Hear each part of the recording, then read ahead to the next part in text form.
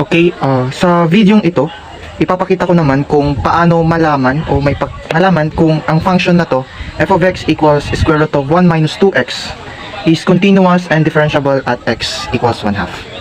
So, again, to determine if a function is continuous or not, okay, to determine if a function is continuous or not, itong tatlong rule na to or condition ay dapat masatisfy. First condition, f of c has exist dapat. Number 2, the limit of the function as x approaches c has to be exist also. Okay, dapat nag-exist yung limit. And number 3, f of c equals the limit of the function as x approaches c. Okay? If tong tatlong condition na to or rule ay nasatisfy, ang function ay continuous. Kung ang isa naman ay nag-fail, ibig sabihin ang function natin ay hindi continuous. Again, our function is f of x equals square root of 1 minus 2x. So number 1 is f of 1/2 exists. So by substitution, this is equal to square root of 1 minus 2 times 1/2. And this is equal to square root of 1 minus 2 times 1/2, that is 2 over 2, which is 1 also, or 2 over 2, which is equal to square root of 1 minus 1, and this is equal to square root of 0, and this is 0. Therefore, since f of 1/2 is 0, so 0 is a real number, f of 1/2 exists. Okay? For number 2, the limit of square root of 1 minus 2x as x approaches, our c here is 1/2, so x approaches 1/2 is equal to, looking at this expression, we can apply now the direct substitution. By applying the direct substitution, this limit is equal to square root of 1 minus 2 times 1/2, and this is equal to square root of 1 minus 2 over 2, and this is equal to square root of 1 minus 1. So this is square root of 0. The limit is 0. Okay? So the limit of square root of 1 minus 2x as x approaches 1/2 is 0. And this is, okay, that means, okay, the limit exists. Okay? For the rule number 3, we need to determine if the f of c equals the limit of the function. Again, f of 1/2 is equal to 0, and the limit of the function 1 minus 2x as x approaches 1/2 is 0. They are equal. Therefore, f of 1/2 equals the limit of the function 1 minus 2x, square root of 1 minus 2x as x approaches c. The three conditions or rule are satisfied. Therefore, our function, okay, therefore, the function f of x equals square root of 1 minus 2x is continuous at x equals 1/2. Okay? The function is continuous at x equals 1/2. But, is it differentiable at x equals 1/2? Well, let us find out, okay? So, is f of x equals square root of 1 minus 2x differentiable at x equals 1/2? Okay. Again, to determine if a function is differentiable at x equals 1/2, the method that I have been teaching is first, find its derivative. Okay, derivative. Find its derivative using the delta method. Okay, using the delta method, which is f prime of x equals the limit of f of delta of x plus x minus f of x divided by delta of x, as delta of x approaches 0. Okay, and the second step in finding if a function is differentiable at a number or not is to evaluate. Okay, evaluate the derivative evaluate the derivative of the function function f of x at x equals c, or RC here is 1/2, okay, at x equals 1/2, but it is at x equals c. Okay, so number 1, finding its derivative. Okay, again, our function is f of x equals square root of 1 minus 2x. So to find its derivative, we will use delta method, and this is equal to the limit of so let me complete na lang muna, f of delta of x plus x minus f of x divided by delta of x, as delta of x approaches 0. Okay, our function is this one, so we need to insert delta of x plus x in our function.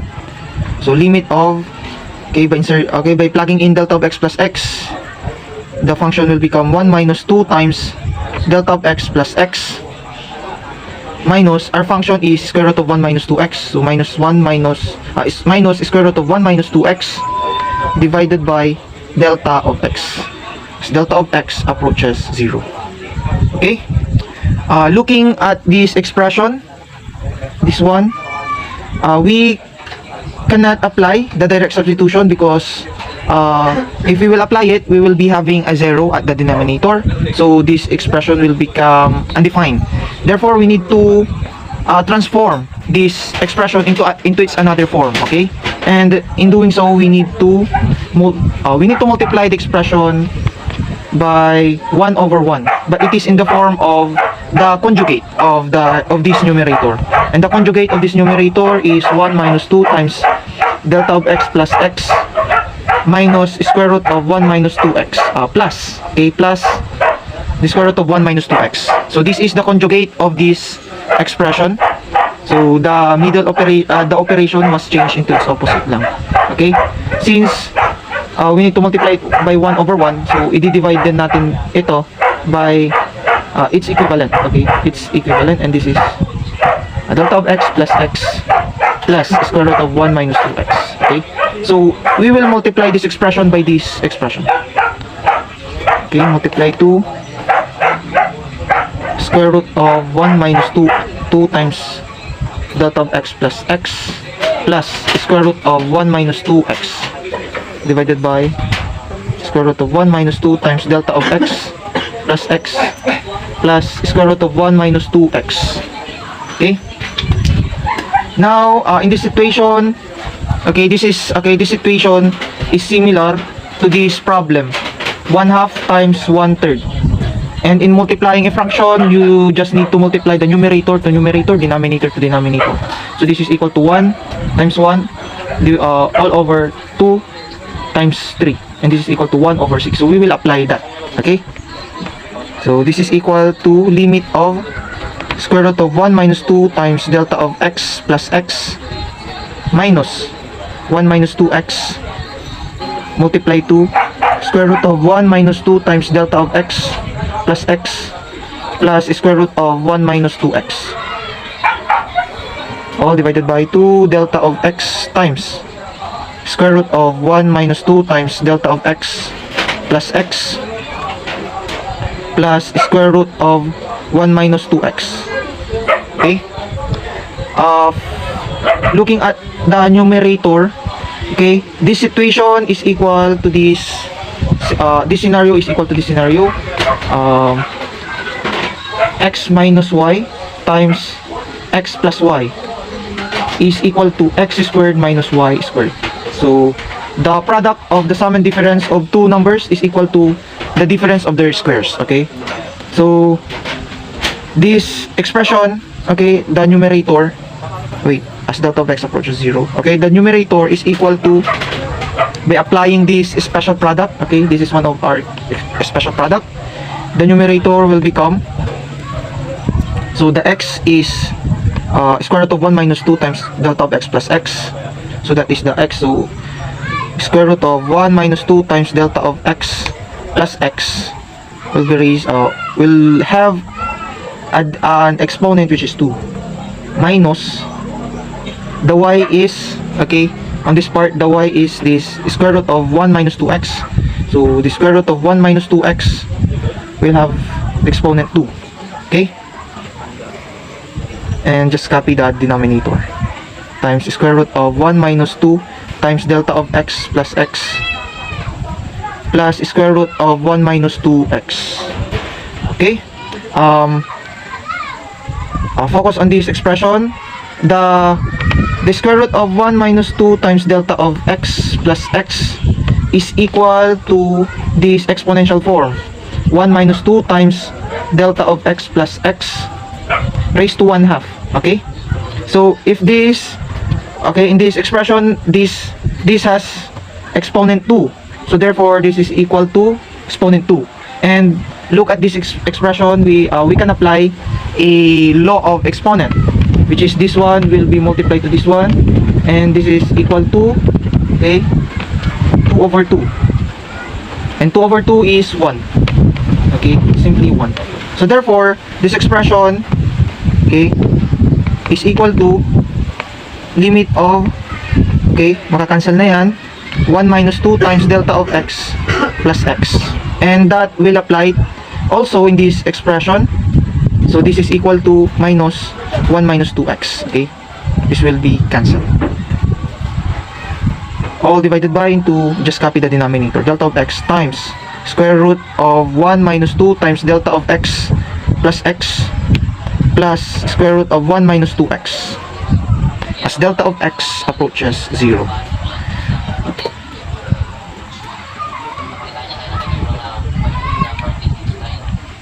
Okay, looking at the numerator, we can further simplify it by distributing negative 2 to this quantity. Okay, by multiplying negative 2 times delta of x plus x and the negative 1 into this quantity. Negative 1 times 1, negative 1 times negative 2x. So the numerator will be simplified into this expression. 1 minus 2 delta x minus 2x minus 1 plus 2x. Okay, by distribution property. Okay, divided by, just copy the denominator. 1 square root of 1 minus 2 times delta of x plus x plus square root of 1 minus 2x as delta of x approaches 0. So looking at the numerator again, we can further simplify it by simplifying the common terms. Okay, so negative 2x and 2x are like terms, so and they are opposite, so they will become 0, 1 simplified. And positive 1 and negative 1 are like terms, and 1 simplified, they will become 0. Okay, so at the numerator, we will be having negative 2 delta of x. So negative 2 delta of x after simplifying the numerator, divided by delta of x times square root of 1 minus 2 times delta of x plus x plus square root of 1 minus 2x. Okay, as delta of x approaches 0. Now, looking at this expression, we can further simplify it by dividing, okay, by dividing delta of x and delta of x, or by cancelling out the common factor at the numerator and denominator, which is the delta of x. So we have a factor at the numerator, which is delta of x, and another factor at the denominator, which is delta of x. So we can cancel it out. Okay, so this expression will be further simplified into this expression, negative 2 divided by square root of 1 minus 2 times delta of x plus x plus square root of 1 minus 2x as delta of x approaches 0. And looking at this expression, we can now apply the direct substitution. And by applying direct substitution, this expression, okay, this expression will be equal to, okay, this is equal to 1 minus square root of 1 minus 2 times delta of x will be changed by 0 plus x. Okay, plus square root of 1 minus 2x. So there's no delta of x in this expression, so it will become as is. Okay, and by further simplifying this one, this will be equal to square root of 1 minus, okay, so 0 plus x is x, and negative 2 times x is negative 2x. So 1 minus 2x plus square root of 1 minus 2x.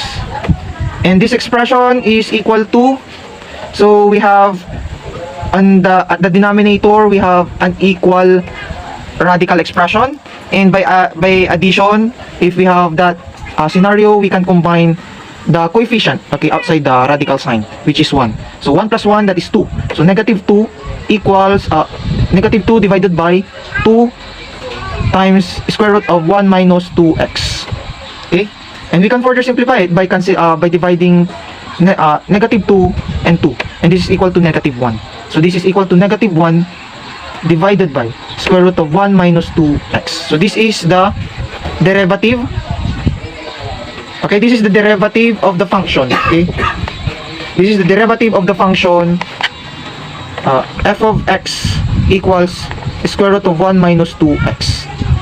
So we need to evaluate this function at x equals 1/2. Okay, so that is just the first step. Okay, we are now in the second step, which is evaluating.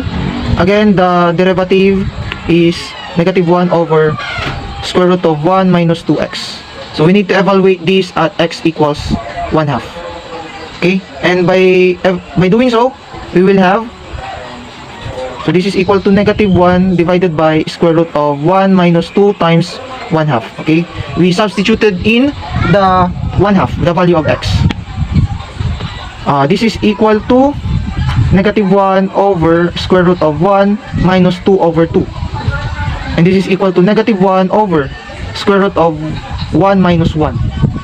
So 1 minus 1 is 0. And square root of 0 is 0. So this is equal to 1 over 0. So this expression is undefined.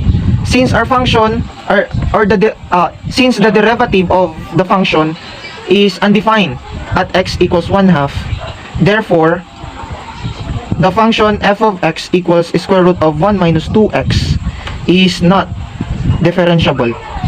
It is not differentiable. It's not differentiable at x equals 1/2. So this function is continuous at x equals 1/2, but it is not differentiable at x equals 1/2 because the derivative is undefined at x equals 1/2.